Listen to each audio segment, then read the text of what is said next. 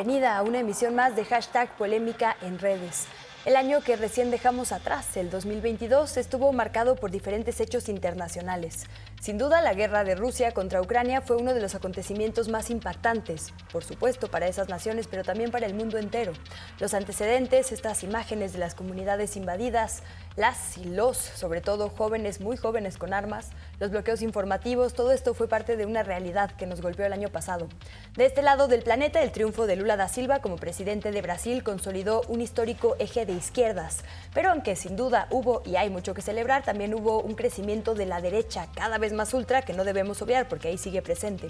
Por último, los cambios en los medios de comunicación masivos, uno de ellos, en los que además están presentes la mayoría de las personas políticas del mundo, el llamado Círculo Rojo, es decir, Twitter, fue adquirido por el muy cuestionado magnate Elon Musk, abriendo así nuevos debates sobre democratización de estas plataformas, libertad de expresión y la falta de regulación en este mundo virtual del que sin duda hoy dependemos muchísimo. Para hablar sobre todos estos temas y algunos otros que seguramente se colarán, convocamos a un panel de personas expertas. Agradezco muchísimo aquí en el foro que me acompañe la doctora Aribel Contreras Suárez, quien es coordinadora de la licenciatura de Negocios Globales en la Universidad Iberoamericana y además una especialista en diplomacia. Bienvenida, doctora, y muchas gracias por su tiempo, por tu tiempo. Al contrario, Luisa, un gusto estar aquí contigo y honrada de poder participar en este espacio tan importante. Todo nuestro, pues vamos a tener que compactar mucho todos los temas en 3 bloques, pero esperemos se logre. A la distancia, Alina Duarte, periodista e internacionalista, una querida amiga de casa. ¿Cómo estás, Alina? Bienvenida. Hola, ¿qué tal, Luisa, Aribel, Luis? Pues bien, gracias, aquí ya lista para participar en Polémica en Redes. Y alguien que también nos acompañó y dio mucha luz sobre la conversación en redes a lo largo del año, quien estuvo en muchas polémicas, Luis Ángel Hurtado, director general de Comunicación Política Aplicada y el Laboratorio de Tecnopolítica. Bienvenido, tocayo, y gracias una vez más por estar aquí en Polémica en Redes. Al contrario, gracias a ti, tocaya. Un gusto estar contigo, Alina, y por supuesto Aribel. Si les parece, entramos en materia. Quisiera ponerles 2 tweets que creo yo tuvieron, como que reflejan más bien muy bien las primeras posturas que vimos sobre el tema Rusia-Ucrania. Son 2 analistas que están, creo yo, en diferentes extremos. Primero, el de Brenda Estefan, que dice lo siguiente: ¿quién es Volodymyr Zelensky? El admirado presidente de Ucrania que ha encarnado la voluntad del pueblo ucraniano de resistir. Abro hilo, y es un hilo en el que dice: Zelensky está casado con Olena Zelenska, tiene 2 hijos, Alessandra de 17 y Kirill de 9. En los 90 participaba en los concursos de stand-up, tocaba el piano, su fama nacional llegó en el 2015 por un papel de la exitosa serie de comedia Servidor del Pueblo, un maestro de historia que se convierte en presidente. Un presidente novato, ingenuo y honesto que vive con sus padres, viaja en bicicleta, lucha contra la corrupción política. En el 2017, mientras seguía apareciendo en la serie, cambió el nombre del partido político en el cual militaba, de el pequeño partido Cambio Decisivo para llamarse Servidor del Pueblo. La ficción se convirtió en realidad. Meses después anunció su candidatura presidencial. En el 2019 se convirtió con 41 años en el presidente más joven de la historia del país, aplastando en la segunda vuelta a Petro Poroshenko con el 73% de los votos. De origen judío, con padres que murieron a manos de los nazis y originario de una ciudad rusófona, industrial del sur del país, el abogado hizo campaña proponiendo fortalecer el diálogo con Rusia.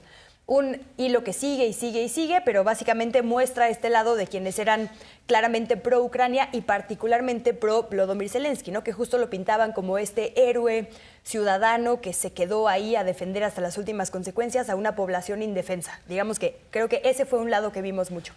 Por el otro lado, quisiera que viéramos un hilo, pero particularmente un comentario que creo que lo resume muy bien, de la cuenta Exosapiens, el historiador Christian Nader, que dice lo siguiente: Zelensky pide solución diplomática fácil. Tras 8 años de incumplirlos, el gobierno ucraniano podría respetar los acuerdos de Minsk, dejar de matar a la población de Donetsk y Lugansk, detener el patrocinio de paramilitares nazis y dejar de ser guiados por la rusofobia atlantista. Evidentemente en un lado mucho más crítico, y bueno, alguien que además señaló en este y en muchos otros tweets que el tema no era tan inocente. Por ahí hay otro tweet de Christian Nader que quisiera que también viéramos, que dice: Pravi Sector, Svoboda y el batallón Azov, nunca olvidar que Estados Unidos y Europa han apoyado a grupos neonazis ucranianos desde el 2014, han quemado vivas a personas en Odessa y mutilado y tiroteado a civiles en Donetsk y Lugansk. Washington desató esta abominación, ¿no? Como diciendo, hay otro lado de esta historia del héroe Zelensky que tiene que ver con unos antecedentes también sumamente violentos de ese lado. Entonces, si uno no sabía nada de este conflicto y de repente abría las redes sociales, encontraba estos 2 polos. Aribel, ¿cómo ves ya a un año de distancia, bueno, 11 meses, digamos, la evolución de esta conversación. ¿Quién perfilaba tener razón? ¿Las dos verdades conviven? ¿Por qué había polos tan extremos en esta verdad de lo que pasó con esos dos países?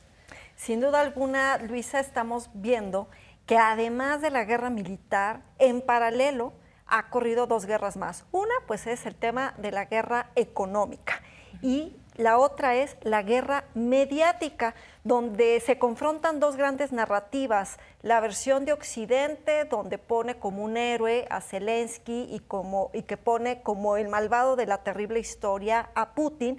Y por el otro lado, sin duda, yo creo que a lo largo de este ya casi año de guerra hemos tenido que también ver, leer, escuchar otro tipo de medios internacionales que van desde los asiáticos hacia los no tan pro-occidentales para tener y generar un balance, Luis. Es decir, estamos viendo que esta guerra ha también polarizado no solamente a los gobernantes, sino inclusive a esta sociedad civil a nivel internacional, donde pareciera que las redes sociales es el campo de batalla lleno de minas, donde entonces ahora la gente no nada más es opinar, sino también inclusive la gente se confronta en las redes sociales. Y eso sí me parece terrible y eso no lo podemos permitir. Hay que abonar a la diversidad, a la construcción de ideas, intercambio de conocimiento, pero no debemos de abonar a que las redes sociales abonen a una guerra adicional más a este tema, Luisa. Sin duda lo fue. Alina, ¿tú qué dices sobre la conversación de esta guerra, invasión? También hubo ahí justo debate sobre cómo debíamos llamarla, ¿no? Claro, bueno, en realidad primero decir que las guerras no son un juego de fútbol y no es nada más tomar partida, ¿no? Al final quienes pagan las guerras no son los gobernantes, no son incluso quienes las impulsan, son los pueblos. Y en este caso, el Donbass, esta región de Donetsk, de Lugansk, que ya llevaba al menos 8 años en una guerra en la cual nadie se había pronunciado justamente porque estaban los medios de comunicación más ocupados en satanizar al gobierno de Vladimir Putin, que realmente tratar de explicar el avance del neofascismo en toda esta región, que bueno, creo que se materializó mucho en la explicación de la existencia del batallón Azov. El batallón Azov era solo una de las tantas expresiones neofascistas que incluso logramos visibilizar con más claridad hasta que se impuso este cerco mediático en el cual cualquier postura que venía de algún medio ruso, sea RT, sea Sputnik, fueron bloqueados para no tener acceso a esa otra cara de la moneda. Entonces, en algún momento se llegó a evidenciar que los casos de tortura en contra, sobre todo de la población rusoparlante en esta región del Donbass, pues fueron brutales, ¿no? No se identificaban tampoco con Ucrania, se identificaban más con el pueblo ruso, y eso significó atrocidades terribles.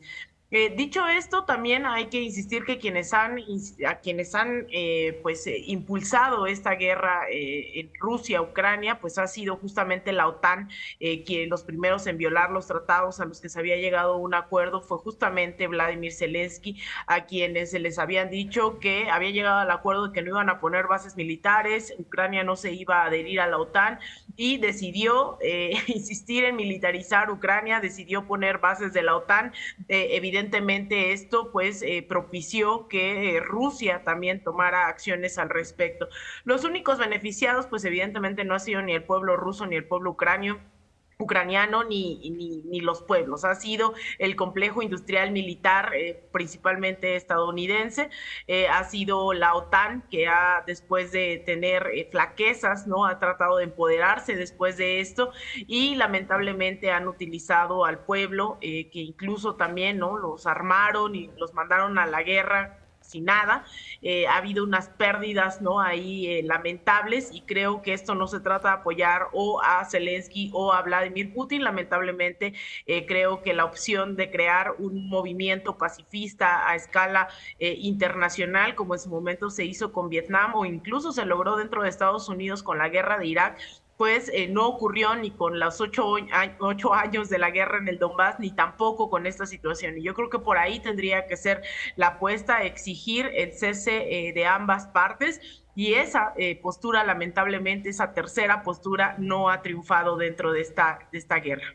Salvo que reservaremos para en unos instantes la discusión sobre el único plan de paz que se presentó, que de hecho vino de México. Quisiera, además de tus comentarios, Luis, agregarte una serie de tweets, porque tú como especialista en las redes no sé si vas a coincidir con lo que yo quiero plantearles. Yo vi, y para eso quisiera ver una imagen de la cuenta Chespiroto, una especie de romantización que primero me preocupó mucho de la guerra por parte de las personas usuarias, ¿no? Ahí está esta foto de Miss Ucrania sumándose a la guerra como armada, como si fuera algo a celebrar. Después en otras imágenes, por ejemplo las que pone aquí Carlos Quiñones, estas imágenes de la revista Vogue, ¿no? De Olena Zelenska, la primera dama de Ucrania, en estas imágenes también como de cómo es vivir la guerra, que desataron sin duda muchísima polémica, ¿no? ¿Era para decir le puede pasar a cualquiera o era para pintarles también como héroes y digamos tomar una especie de carta y de pues sí, narrativa internacional? Y por último también vi muchísimo de lo que dice Alan MacLeod en su tweet, que fue racismo, racismo, racismo en las coberturas, en los tweets y demás, que fue especialmente preocupante a comentaristas de grandes cadenas diciendo cosas como están matando a gente de ojos azules, ¿no? Como gente que no debería morir, como si la demás sí. Esto fue de lo que más vi en redes sociales. Luis, no sé qué otro diagnóstico tengas tú. Bueno, primeramente me sumo a los comentarios de mis compañeras panelistas.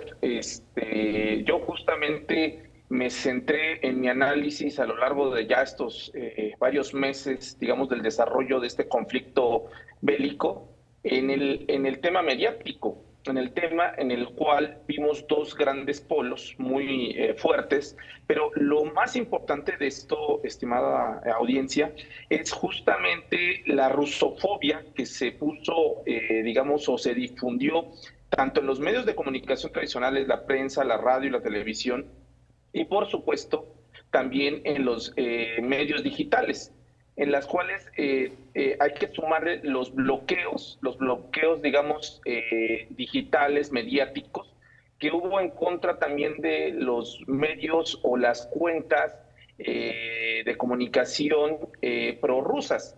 En ese sentido, de este lado, digamos, en América, percibimos una guerra muy dispareja en el ámbito comunicativo, porque solamente se nos ha presentado o se nos ha venido presentando esta visión de lo que debe de ser, digamos, el conflicto desde el punto de vista de Ucrania y por supuesto de todos sus aliados, en donde se ve pues esta construcción de una figura que es Zelensky, una figura pues heroica, una figura que pues digamos está hacer como una asimilación, como una lucha entre David y Goliat, una cuestión en la cual también en los medios de comunicación parte digital se les bloqueó o se les satanizó.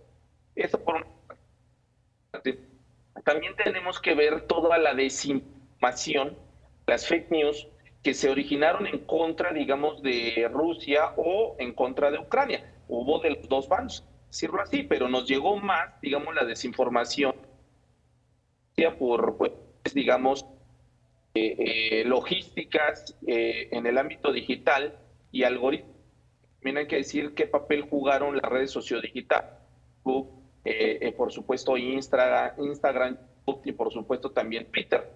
En ese sentido nos llegaron desinformaciones en las cuales pues ponían pues precisamente bombardeos, víctimas donde no había, magnificaba ciertas situaciones o tomas de decisiones por parte de Rusia que hacían ver justamente a este conflicto como una cuestión de una persona o una nación despiadada en contra de una pequeña nación que es Ucrania, ¿no? Entonces también vimos, y también por último, ya para concluir mi participación, el papel que jugó todo lo que tiene que ver con las cuentas automatizadas o los bots. Hay que decirlo también así. Hubo muchos bots que se magnificaron los discursos digamos, ucranianos y en contra, digamos, todo lo que tiene que ver. Entonces, aquí vemos tres variantes muy fuertes en el ámbito de la comunicación. Por una parte, el sesgo, el bloqueo. Por otra parte, la desinformación, las fake news. y por otra parte, la magnificación o amplificación de discursos, digamos, a favor de uno de los dos polos que se están enfrentando y de uno de los en donde el sentimiento, que es parte medular, digamos, en el ambiente digital o lo que es Internet, pues juega un papel fundamental y sigue jugando un papel fundamental.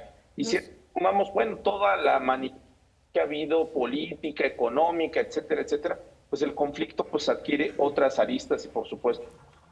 Se nos fue de volada este bloque, nos queda como un minutito y medio. Les pido una última conclusión o una última recomendación para nuestra audiencia de cómo seguir estos temas a pesar de los obstáculos informativos que nos plantean aquí. Y también a ver si nos pueden regalar un comentario sobre, insisto, el único plan de paz que se puso sobre la mesa. Por ahí tenemos un tuit de La Octava.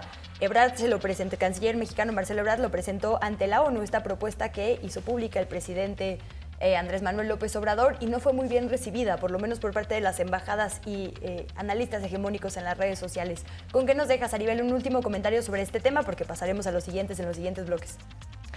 Así es, Luisa, sin duda, a pesar de que veo cada vez más lejano una luz en el túnel para poder hablar de un posible acuerdo de paz que ojalá se dé durante este año, me parece que lo que quiero resaltar al auditorio es que aún y cuando en ese momento que llegue se logre la paz, lo que continuará será esta confrontación en redes a causa justo de esta guerra. Es decir, no solamente la rusofobia, sino todas las consecuencias que esto implica de un lado y del otro continuarán, y esto lamentablemente permeará la sociedad internacional y tardará mucho tiempo para que dentro de la comunidad internacional pueda revertirse los daños colaterales de esta guerra.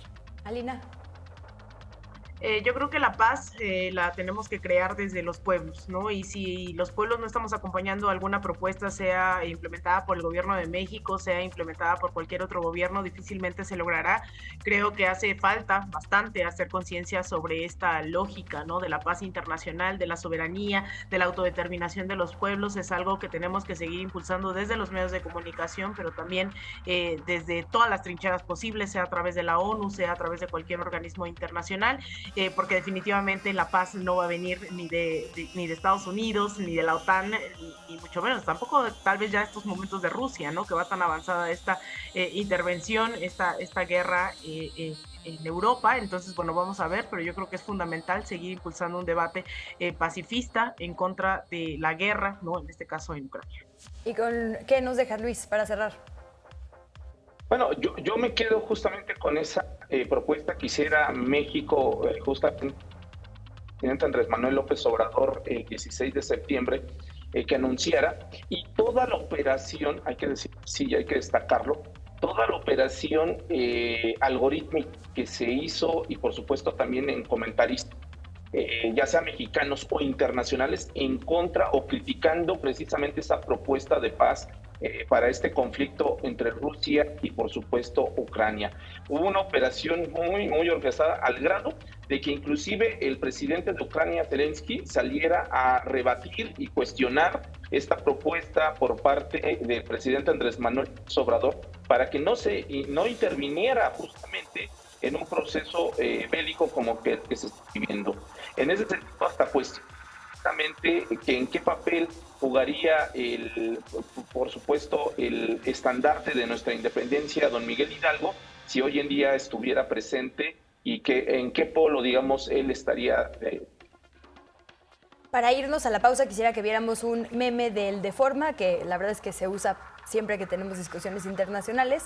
Es esta imagen típica de una alberca, la comunidad internacional sosteniendo a la niñita que dice Ucrania, Afganistán ahogándose y, bueno, Palestina ya en el fondo del agua. Ya lo hablaremos más adelante. Permítanos una pausa y regresamos. Quédese mientras en sintonía con Canal 14.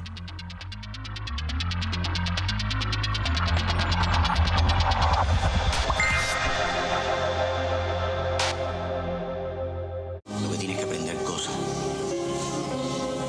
de la vida que le sirven para la escena. El lenguaje de las manos. Las manos son el espejo del alma.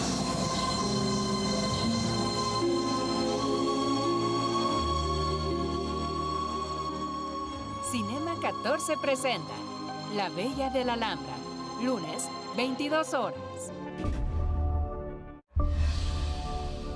Este martes a las 19 horas, no te pierdas el repaso de la mañanera. 7 millones a la semana se paga para hablar en contra del presidente y a favor de los conservadores. Yo diría que hasta más, porque es muy difícil de probar. Mucho dinero se mueve por debajo del agua.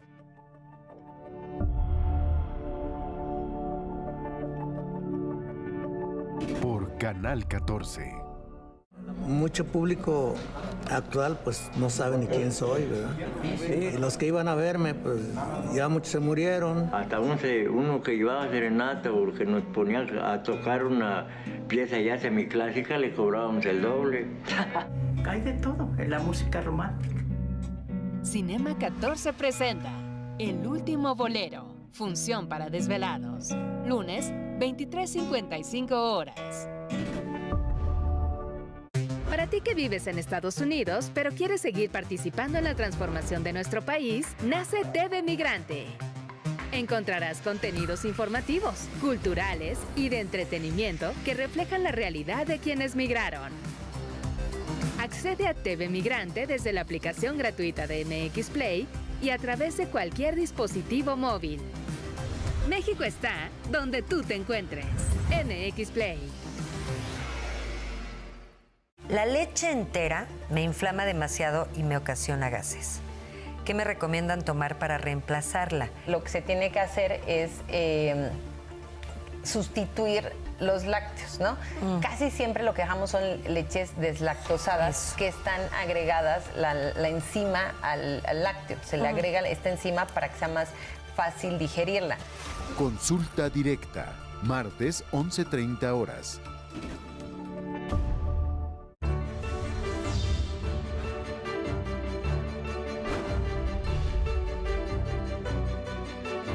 Nos encanta entretenernos con causa. Películas mexicanas, internacionales y de calidad. ¿Ya viste nuestra cartelera?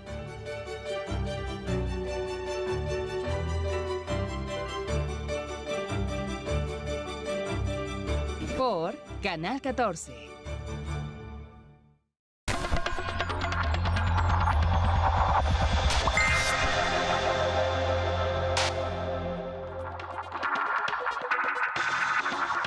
Muchísimas gracias por su sintonía, por sus comentarios y sugerencias a través de nuestras redes sociales. Y ahora, nuestro segundo bloque, vamos a abordar las elecciones en Brasil, que finalmente fueron pues importantes para toda América Latina y quizás hasta para el mundo.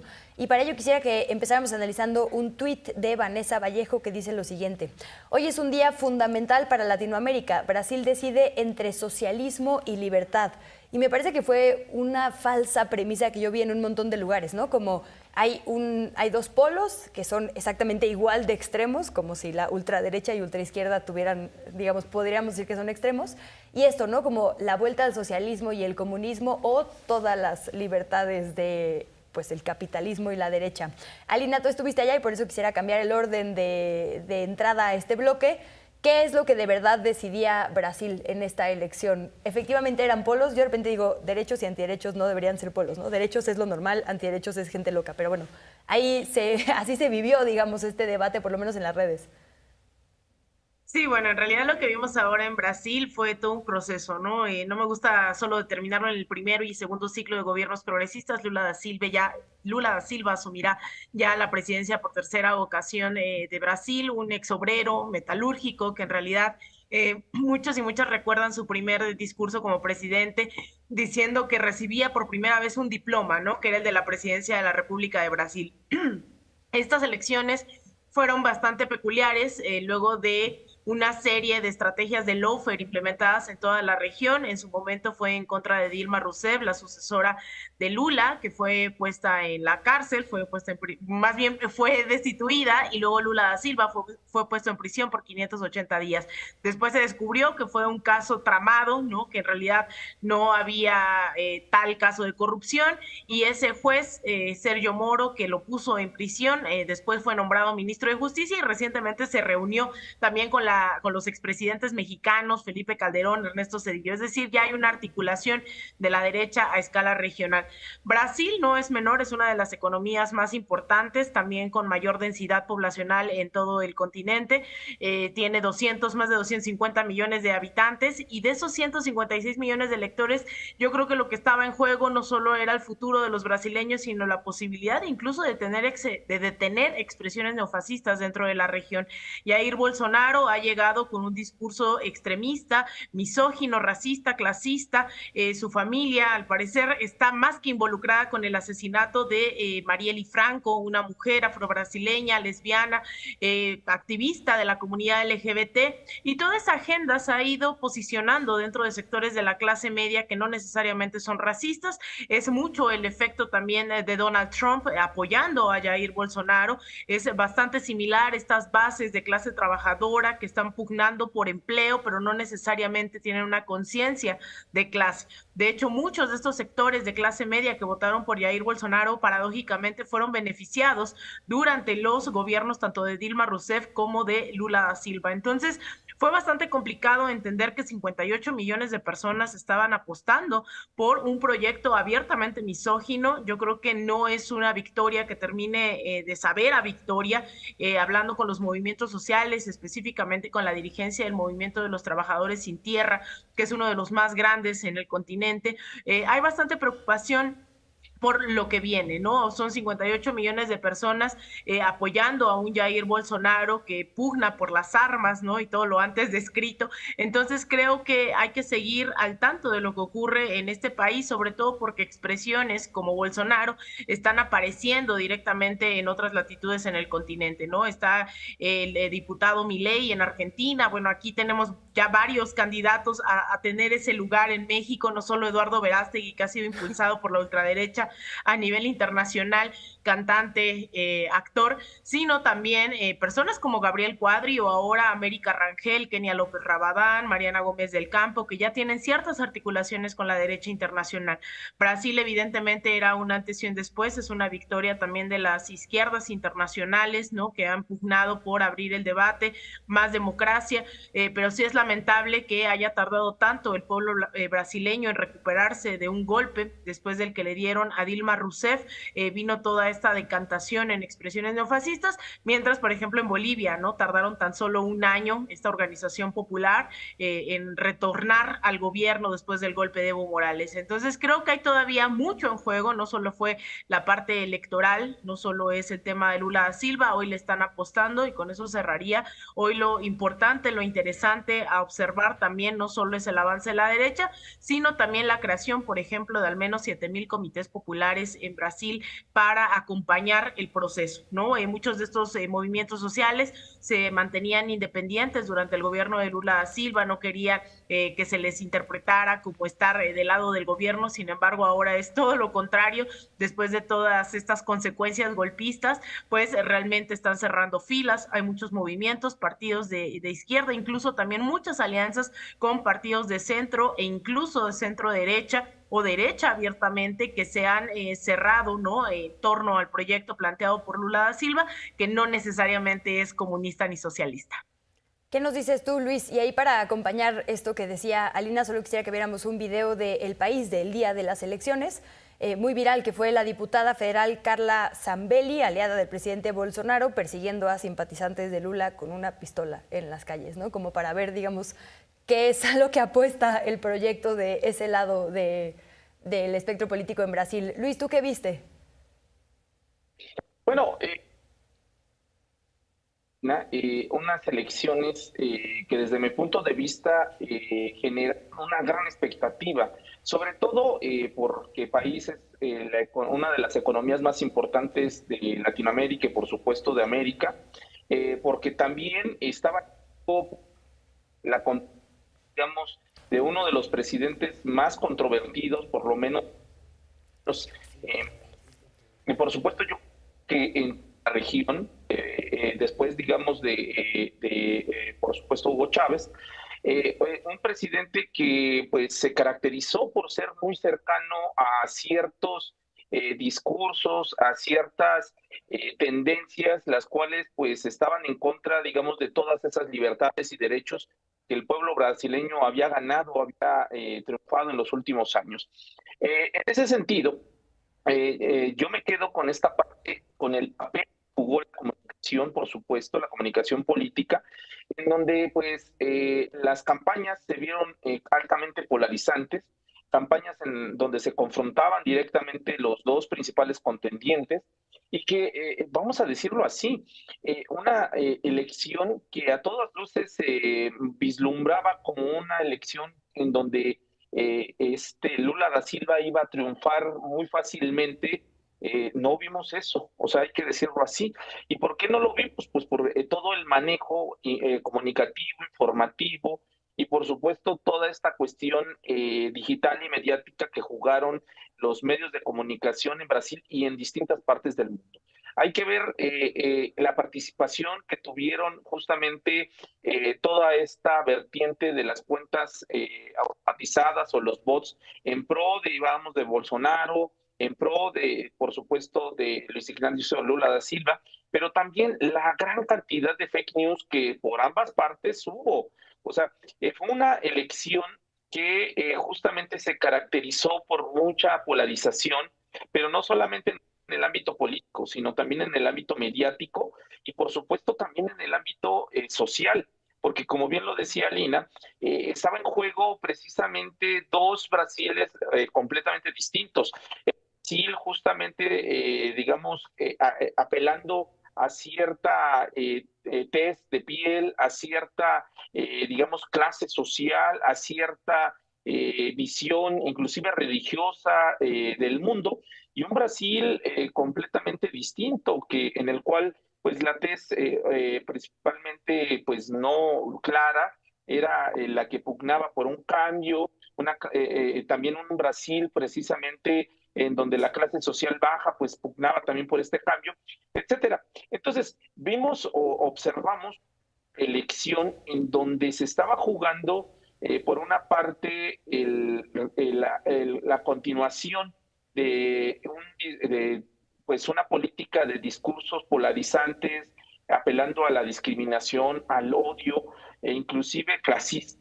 Y por otra parte, pues apeló a una Brasil o a una elección donde justamente iba a haber un Brasil diferente, un Brasil en el cual pues estaba necesitado, por supuesto, después de la pandemia del COVID-19, pues de una transformación para reducir justamente estas brechas de desigualdad y de tanta crítica y racismo que se presenciaron en los últimos años en nuestro vecino latinoamericano. Doctora Aribel, déjame sumarte una imagen más a la discusión, que es la que se hizo muy viral, bueno, una de muchas. Yo escogí la de la cuenta Elemental, que dice, en la primera imagen pueden ver el mapa político de América Latina en 2018, con la mayoría de los gobiernos de derecha. En la segunda, el mismo mapa en 2022, con los gobiernos ya de izquierda, y dice, los gobiernos reaccionarios fueron un error.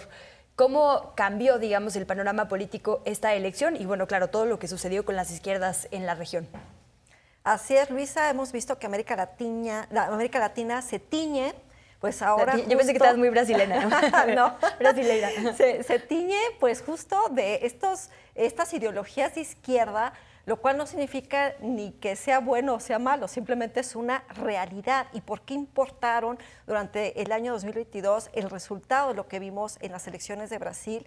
Más allá del tamaño de su economía, hay que entender que Brasil tiene diferentes Brasiles al interior, es decir, es una población multicultural, multiétnica, donde se hablan diferentes lenguas, y cuando vemos el mapa final de cómo votó esta base electoral, tanto de una propuesta de centroizquierda como la propuesta de centroderecha, que por escrito así eran, pero que en la realidad los aficionados de un lado y del otro llegaron inclusive hasta los golpes, y no olvidemos que hubo inclusive por ahí los diarios internacionales registraron que una persona perdió la vida. Estamos viendo que estos mapas nos hablan justo no nada más del nivel de analfabetización del país, no solamente de los recursos geográficos, sino de las necesidades de la población. Vemos cómo el norte y el este fue justo este voto que obtuvo Lula da Silva, mientras que la parte centro-sur votaron más por la plataforma de volver a repetir a Bolsonaro. ¿Qué grandes retos va a tener este año Lula da Silva? Pues sin duda tener que gobernar para todo el país a pesar de esta gran polarización. Y lo que a mí me preocupa, Luisa, es que a lo mejor esto puede llegar a ser un escenario que se repita en otras latitudes. Es decir, me preocupa que en México en el año 2024 pudiéramos estar viendo justo esta forma social expresiva tan convulsionada, donde si no gana tu candidato, entonces va contra todo. Lo hemos visto inclusive cómo las manifestaciones sociales alrededor del mundo pues cada vez suben de tono, de volumen, se escalan, y cuando se trata de hablar de una elección, vaya que esto es un tema bastante álgido. Desde la primera vuelta ya veíamos venir cómo esta situación en Brasil estaba sumamente compleja. Ahora, después de ver, cuando veíamos el segundo resultado, pues nada más se confirmó la que era la primera vuelta, pero hoy en día, pues vaya situación a la que se estará enfrentando Lula da Silva, donde estamos viendo también a una América Latina que cada vez se enferma más de el peor situación que yo siempre he dicho que vive en América Latina, que es el peor cáncer de todas las sociedades, que es la corrupción. Estamos viendo que no importa si son gobiernos de izquierda o de derecha, la corrupción está mermando, empañando los avances que deben de tener las economías, y esto se da, ya sé que en cualquier parte del mundo, pero hablando específicamente de América Latina, es importante, una región olvidada por Estados Unidos, muy bien aprovechada por parte del gobierno de China, donde la gran mayoría de las economías de América Latina tienen ahora como principal socio comercial a China y ya no a Estados Unidos. Entonces, también en términos geopolíticos vemos cómo es que esta región abona, cómo es que Brasil es importante tenerlo totalmente en nuestro radar. Y vaya escenario que esto implica ver ahora hacia futuro qué va a pasar más adelante, porque estos escenarios que hemos visto, las imágenes, los tweets que ahora has mostrado, pues es un poco de lo mucho que se da ya en todas las coordenadas a nivel internacional, Luisa. Híjole, pues nos quedamos con un nudo en el estómago en este bloque. Permítanme compartirles la encuesta que le estamos haciendo a nuestras audiencias el día de hoy. Tanto en las redes de YouTube, Twitter, Facebook e Instagram, le preguntamos a quienes hoy nos acompañan lo siguiente. ¿Cuál consideras que fue el acontecimiento internacional que marcó la agenda global en el año 2022? Ya hablamos sobre nuestra opción A, la guerra entre Rusia y Ucrania. La opción B, que acabamos de concluir, el avance de la izquierda en América Latina. Y nuestro tercer y último bloque del que hablaremos después de esta pausa, Elon Musk y Twitter. Dejamos la opción D para que usted aporte o comente si es que le parece que hubo otro acontecimiento internacional más importante en este 2022 que recién acaba. Volvemos, quédese en Canal 14.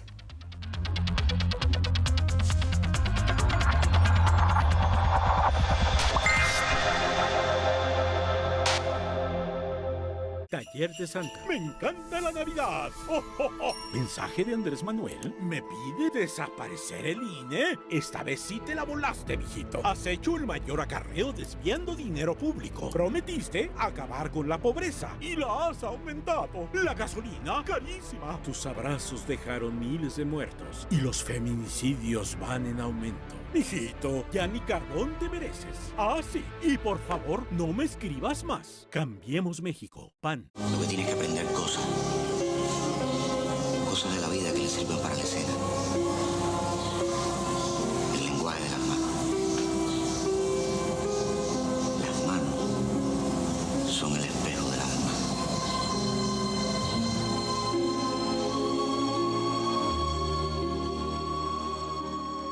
Cinema 14 presenta La Bella de la Alhambra, lunes, 22 horas.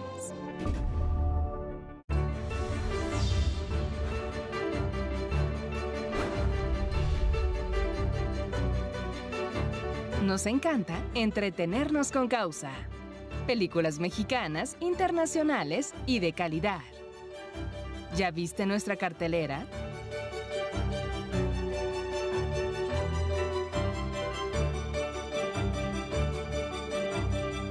Por Canal 14.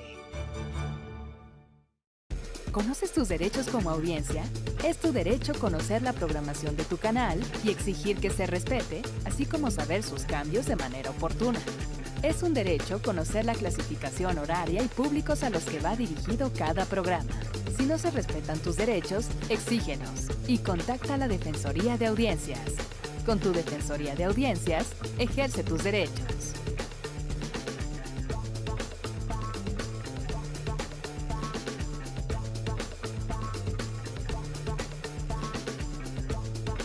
Efectivamente, voy a necesitar una secretaria privada de toda mi confianza. Voy a dictarles una carta y la más competente se quedará con el puesto.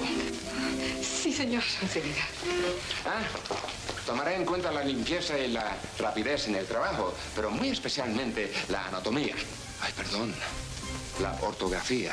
Cinema 14 presenta Mis secretarias privadas. Martes, 15:35 horas. Este martes a las 19 horas, no te pierdas el repaso de la mañanera. 7 millones a la semana se paga para hablar en contra del presidente y a favor de los conservadores. Yo diría que hasta más, porque es muy difícil de probar. Mucho dinero se mueve por debajo del agua.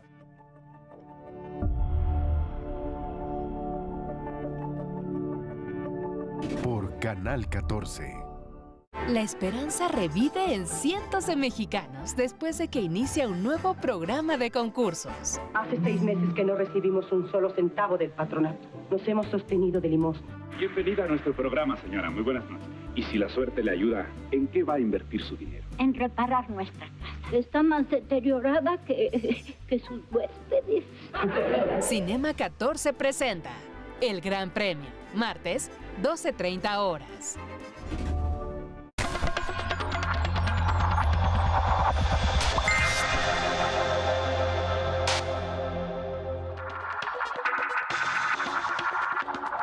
Gracias otra vez por su sintonía en la señal de Canal 14 en este hashtag recuento del 2022, particularmente en esta emisión internacional.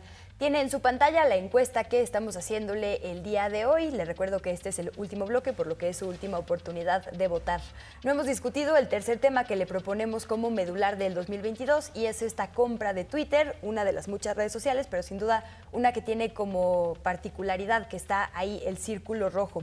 Quisiera que viéramos en 2 tweets cómo vemos las personas a Elon Musk. Hay quien, como este medio especializado en tecnología, Shataka, dice: el hombre del momento, con una trayectoria que ha puesto en marcha grandes proyectos alrededor de la tecnología, suma un hito más a su trayectoria.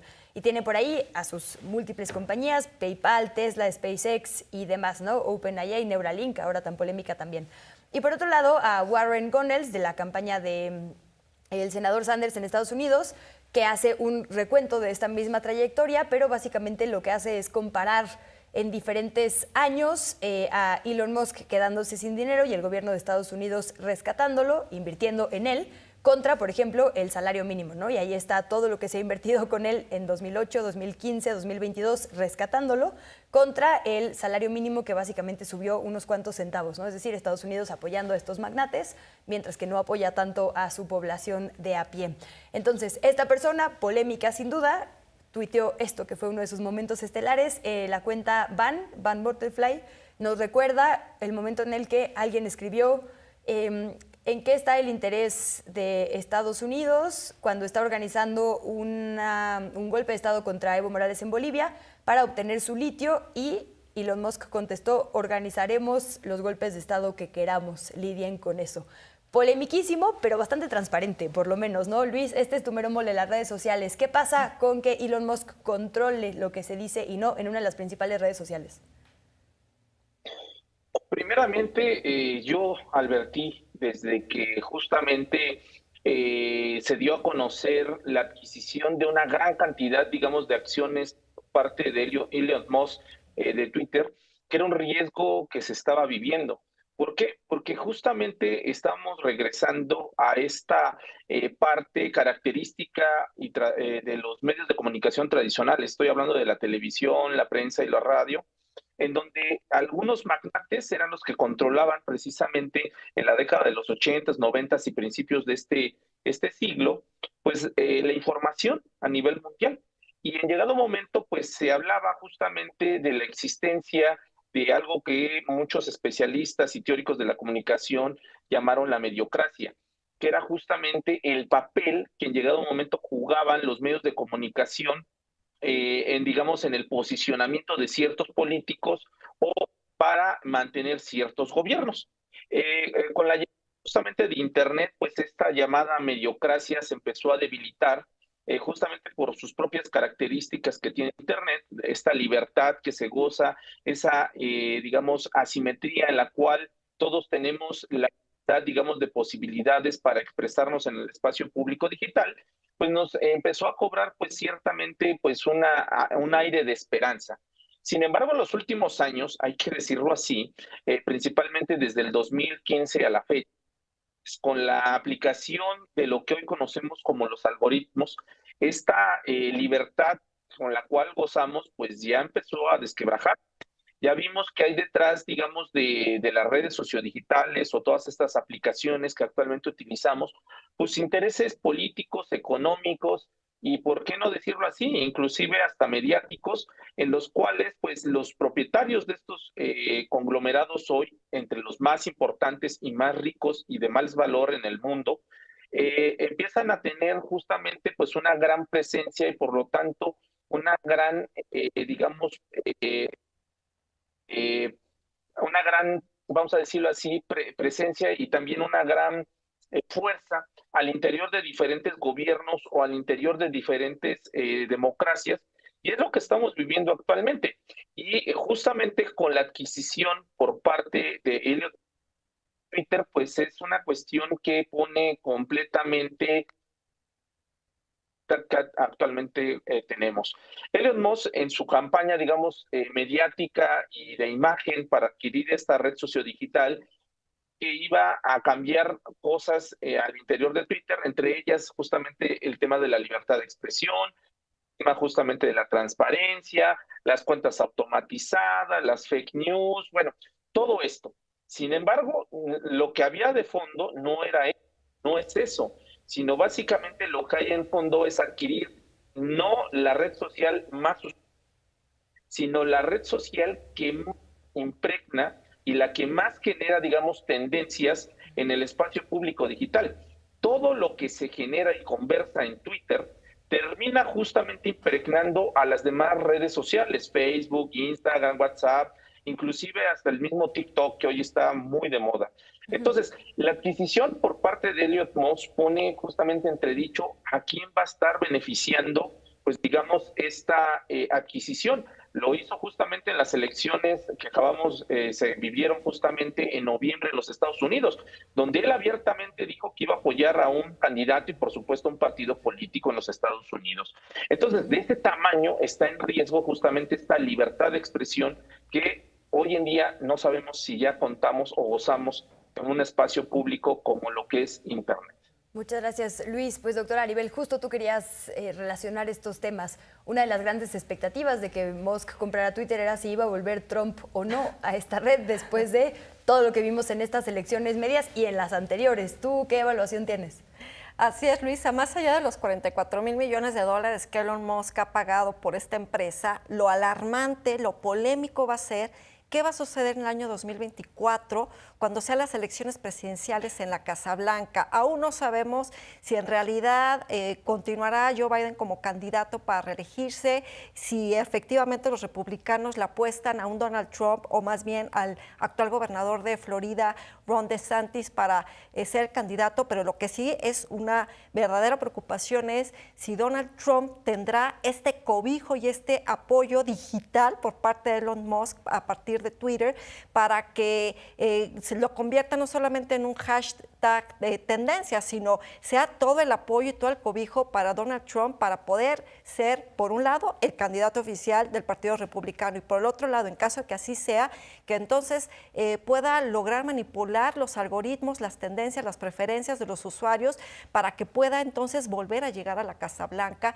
y entonces estaremos viendo que este cuarto poder, que son los medios de comunicación, pero ahora digital, se estarían convirtiendo entonces en una fuerza mucho más grande, mucho más fuerte para mover la decisión de la base electoral. Esto es un cuestionamiento, esto es un planteamiento que se hace porque no olvidemos que Donald Trump fue el artífice y un gran usuario del marketing político digital para que llegara a la Casa Blanca en las elecciones del 2016. Entonces se pone sobre la mesa si entonces ya será Twitter esta herramienta estratégica que estarán utilizando varios candidatos, no solo al interior de Estados Unidos, sino de otros países para poder contender. O sea, esta es la gran interrogante, el gran planteamiento que habrá que hacerse, donde ya también se genera una gran psicosis al interior de la plataforma.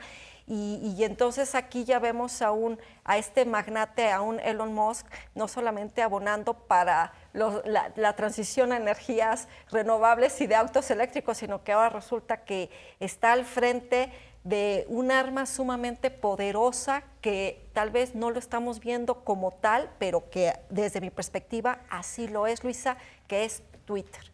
¿Qué pasará al tiempo? Bueno, y como decías, estas empresas aparentemente de energías limpias, pero ¿a costa de qué? ¿No? De América Latina, por ejemplo, y de sus territorios. Alina, ¿cuál es tu opinión sobre Elon Musk y sus vínculos con quienes ha decidido vincularse de la política y ahora con una plataforma que prometía ser democrática, que incluso ha ayudado en otros momentos a que la gente se organice, pues ahora está en manos de alguien cuestionado? Es lo mínimo que podríamos decir sobre él. Bueno, en realidad yo partiría al revés, ¿no? De decir que Twitter no necesariamente había sido una plataforma neutral, ni Silicon Valley, ni todas las plataformas. En realidad habíamos sido censurados muchos, nos habían arrebatado nuestras cuentas cuando queríamos denunciar golpes de Estado, cuando queríamos denunciar los crímenes de la ultraderecha, se nos arrebataron las cuentas y el caso más claro fue el tema de la guerra justamente Ucrania-Rusia, ¿no? Ahí fueron muchísimas las cuentas, o incluso también en las elecciones en Nicaragua, por ejemplo, a todo aquel que fuera sandinista, aquella, pues les dieron de baja su cuenta. Es decir, las redes sociales toman posturas abiertamente, ¿no? Y definitivamente Twitter no era una red neutral. Ahora, con todos estos archivos que está dando a conocer el equipo cercano de Elon Musk a propósito de cómo se desarrollaba la plataforma, pues daban cuenta de algunos ejemplos en donde tanto personas de derecha como ciertos personajes, muchos personajes también de izquierda, se habían invisibilizado sus tweets o se habían limitado, se limitaba el alcance, ¿no? En este llamado shadow ban, en el cual pues impide que tus tweets sean vistos por la mayoría de tus seguidores. A pesar de que tengas 50,000 seguidores, no todos y todas tienen acceso a tu tweet, ¿no? Paradójicamente. Entonces, todas esas estrategias ya se llevaban a cabo e incluso pues fue bastante claro, ¿no? No suelo coincidir en absolutamente nada con la ultraderecha, pero si en algo estaba yo clara que Donald Trump tenía razón fue en la cantidad de ataques mediáticos que sufrió, y una de ellas fue también a través de redes sociales. Yo no estoy a favor a que se usen esas plataformas para tema de discursos de odio, incluso celebraría, ¿no? Que cada vez tengamos más claridad entre diferenciar libertad de expresión y discursos de odio, como lo que hacía evidentemente Donald Trump, pero era claro que la estrategia aquí era impulsar un candidato demócrata a través tanto de medios de comunicación como de este tipo de plataformas. Elon Musk no necesariamente es pues esa persona, ¿no? Pro democracia que dice ser. En su momento en el golpe de Estado en Bolivia, le cuestionaban que el gobierno de Estados Unidos estaba dando golpes de Estado, ¿no? Por el tema del litio. Y él decía, lidien con ello, ¿no? Daremos los golpes de Estado que queramos, lidien con ello, ¿no? Deal with it. Entonces, ese es Elon Musk, eso no me sorprende en lo absoluto, pero también esas son las redes sociales de Silicon Valley específicamente no necesariamente son neutrales, no hay que irnos con la finta de que ahora ya no van a ser democráticas cuando realmente no eran democráticas. mediáticas, cuando han demostrado en múltiples ocasiones que tienen intereses muy claros dentro del, sean cuestiones electorales, sean cuestiones ideológicas, sea impulsar candidatos, y también, ¿no? Incluso, pues en su momento, pues estuvo beneficiado también por un ala demócrata, que también hay que acabar con ese discurso de que los demócratas son de izquierda y los republicanos son de derecha, ¿no? Cuando realmente el golpismo viene de ambos lados, ahí sí hay posturas totalmente de derecha en ambos casos. Entonces más bien se trata de a qué tipo de candidatos o intereses del establishment en dado momento, algunas veces que prefieren favorecer a algunos más cercanos a la Asociación del Rifle, en otros momentos al complejo industrial militar. Entonces, en esa disputa, pues obviamente estas empresas toman partida, no va a ser la primera ni la última ocasión, y claro, pues era de esperarse también que empezara a tener aún más réditos, ¿no? De esta red social, cobrando ahora $8 si lo haces desde Android, $11 si lo haces desde Apple, etcétera, etcétera. Entonces, eso creo que ejemplifica no solamente a Elon Musk, sino justamente a estos intereses de burguesías transnacionales con claros intereses en conflictos o en situaciones electorales alrededor del mundo. Pues nos tenemos que ir, se nos fue de volada este programa, como también este año. Nada más para quien quiera revisar esto que dice Alina, con el hashtag TwitterFiles. Elon Musk ha estado haciendo incluso spaces y demás para compartir todo esto que él dice fue internamente, digamos, manipulación para efectivamente censurar o amplificar ciertos temas. Muy interesante, como siempre, sus posturas. Muchísimas gracias, doctora Aribel Contreras, por venir además a estudio. Al contrario, encantada, Luisa, y a la distancia, Lina, Luis, un fuerte abrazo y pues esperando que este año 2023 sea lo mejor. Ojalá. Muchísimas gracias, Alina Duarte, Luis Ángel Hurtado. Abrazos a la distancia, por su conocimiento también. Un abrazote. Y yo coincido con la doctora, ojalá que este 2023 le traigamos otro tipo de polémicas, ojalá aprendamos de todo esto que ya revisamos sobre el 2022. Muchísimas gracias por iniciar el año con nosotras y con nosotros. Le dejamos aquí en la pantalla los resultados de nuestra encuesta porque nos tenemos que ir volando. Feliz año 2023, muchísimas gracias, por supuesto a la producción y a nuestras audiencias, y nos vemos en la siguiente Polémica en Redes.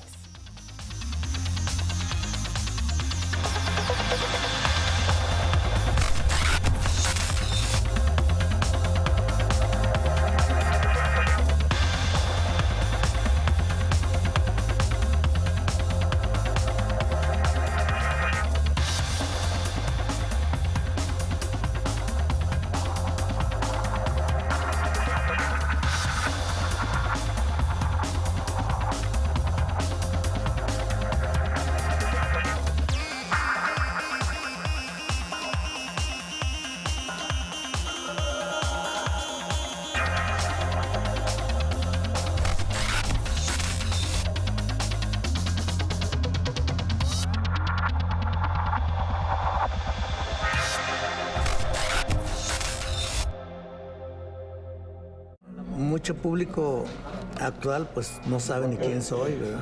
Sí. Y los que iban a verme pues ya muchos se murieron. Hasta uno que llevaba serenata porque no